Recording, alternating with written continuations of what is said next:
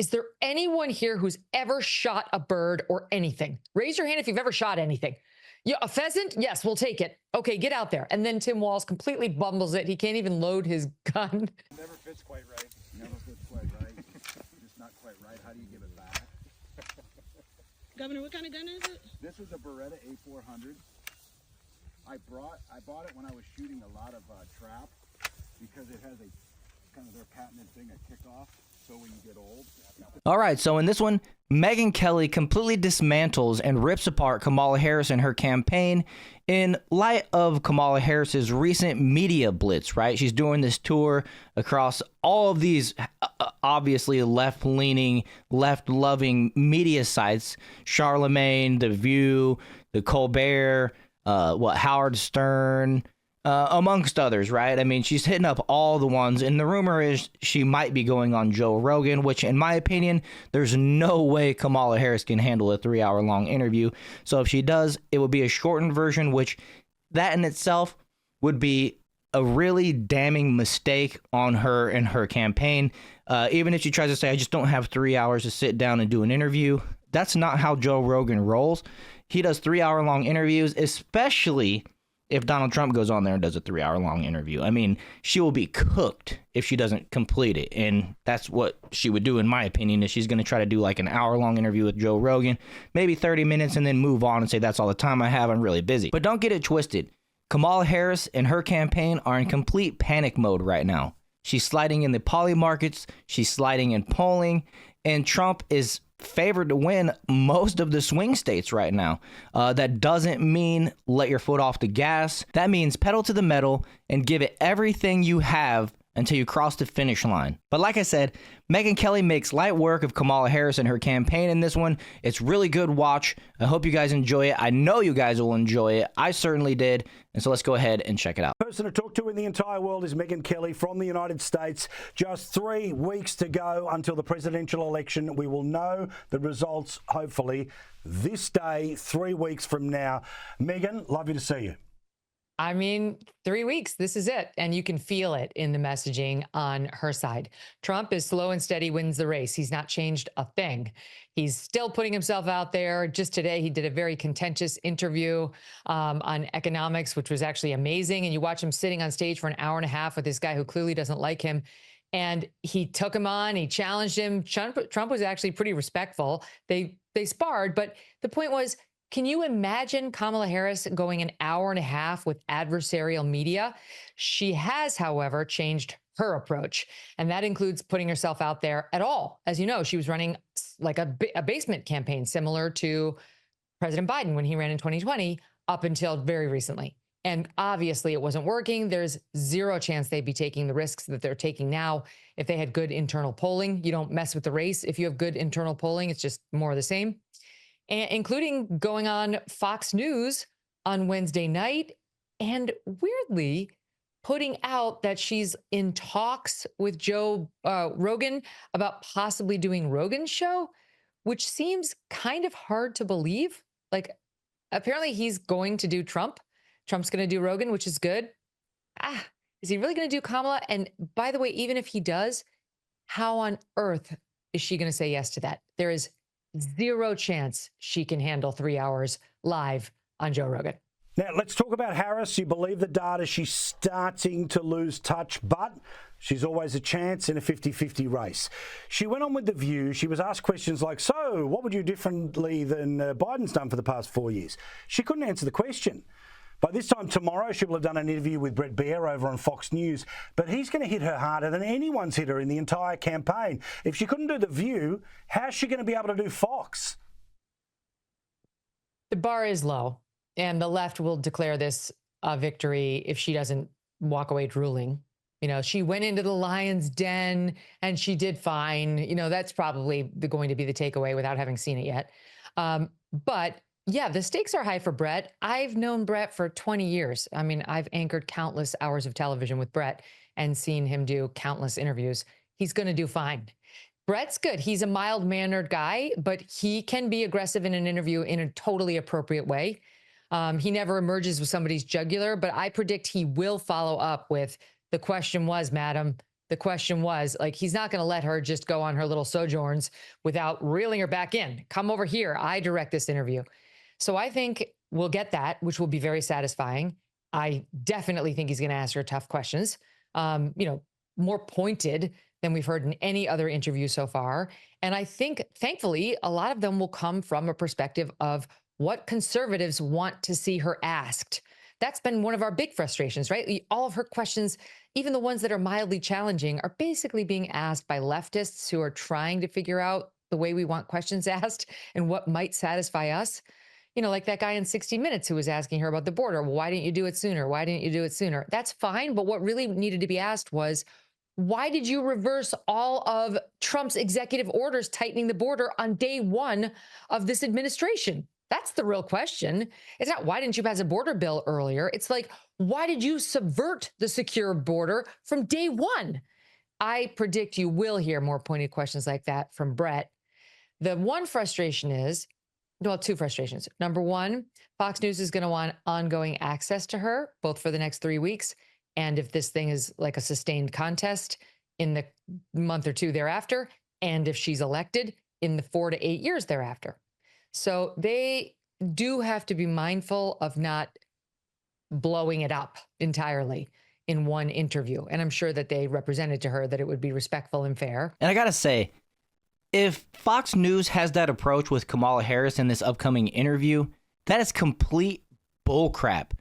They have no respect for their viewers if they treat it that way, because they should know, the people know, that the only reason why Kamala Harris is going on this interview in the first place is because the majority of people that used to watch Fox News understand, I don't know, some people might still, is the majority of people that used to watch Fox News, I don't know, some people might still watch, but we realized during the 2020 election that Fox News is not as far right as they present, as the left wants you to think. In my opinion, they're not very far to the right. They're just further right than these lefty mainstream media outlets. But the thing is, they're still a mainstream media outlet. And in my opinion, you can't really trust them as much. Like I've lost a lot of faith in them. And I frankly, I don't have cable. I never watch Fox News. So, we'll see when this interview is over between Brett Baier and Kamala Harris, how it turns out. And did they actually try to ask the tough questions and try to help Trump's campaign? Or did they just cater to Kamala Harris, and ask the questions that, Kamala Harris's campaign basically sent ahead of time, which in my opinion, that's how it's been going with her, is not only is Kamala Harris told ahead of time that these are going to be the questions, it's her campaign that's actually sending the questions over that are acceptable to ask. Now, will Brett Baier follow the rules and ask those questions, or will he ask his own set of questions? Yet to be determined, right? And we'll see. And before I continue, I just want to add that it's my opinion that Fox News, CNN, the rest of the mainstream media, they want Trump to win this election. They might not be able to come out to say it, but when you look at the 4 years that Trump was president, he was their cash cow. They made so much money off of him. And a lot of people became famous during his term, right? But then as soon as he was out, as soon as he lost, look at how many people got fired from CNN. Look at how many people got fired. Well, I mean, Tucker got fired from Fox News. I don't know about who else, but everybody lost their jobs because the fear-mongering, especially people on the left, the fear-mongering was over. They couldn't make Trump the boogeyman anymore, and people weren't watching the fear porn that was coming out of the mainstream media, the lying left. So you have to believe that these companies, these CEOs of these mainstream media outlets really actually do want Trump to win. They just can't come out and say it because, in my opinion, that's another 4.5 years, maybe more, of, high ratings. But let's get back into it here. And the other thing is, they only have 30 minutes. And once she gets filibustering, it's hard, especially if you're a man, to keep interrupting her. You know how she is. I'm speaking. Mr. Baier, I'm speaking. So to some extent, he's going to have to let her filibuster here and there and pick his moments of aggressively interrupting. Now, as we get closer, 3 weeks to go, nothing is subtle anymore. We know that she's got some problems with black men. A significant percentage is going to vote for Trump. Majority will still vote for her. But what about her outreach program? Basically, free loans you don't have to pay back, and marijuana. Because she stinks of desperation. That's why. She's desperate. They must have seen some horrifying information on those internal polls. There is no other reason to be this obvious in your pandering.